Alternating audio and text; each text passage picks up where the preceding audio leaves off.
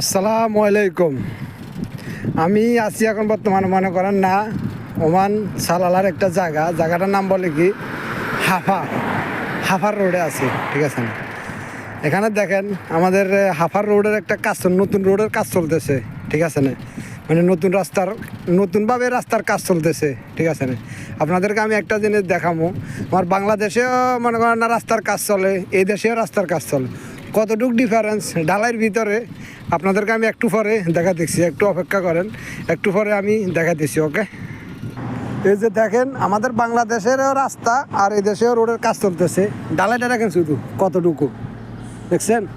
ঢালাইটা দেখেন কতটুকু। আমার বাংলাদেশেও রোডের কাজ চলে আর এই দেশেও রোডের কাজ চলতেছে। ঢালাইটা দেখেন কতটুকু। আর বাংলাদেশে আছে শুধু কি চোরের দল, বুঝেন তো? সব চোরের দল কীভাবে টাকা পকেটে ডালবো ওই চিন্তা করে, কিন্তু মানুষের চিন্তা করে না, জনগণের চিন্তা করে না। যদি মনে করেন আমাদের বাংলাদেশের সরকার, বাংলাদেশের নেতাকর্মীরা জনগণের চিন্তা করতো বা মানুষের চিন্তা করতো, আর বাংলাদেশের রাস্তা দুই দিন পর পর রাস্তা নষ্ট হতো না। দেখেন এদেশের সরকার কিভাবে রাস্তার কাজ করে, কিভাবে গার্ড দেয়, দেখতে তো পারছেন ভিডিওর ভেতরে। কি করবো আর, এটা হচ্ছে আমাদের বাংলাদেশের ঐতিহ্য না তাদের ক্ষমতা, ঠিক আছে না?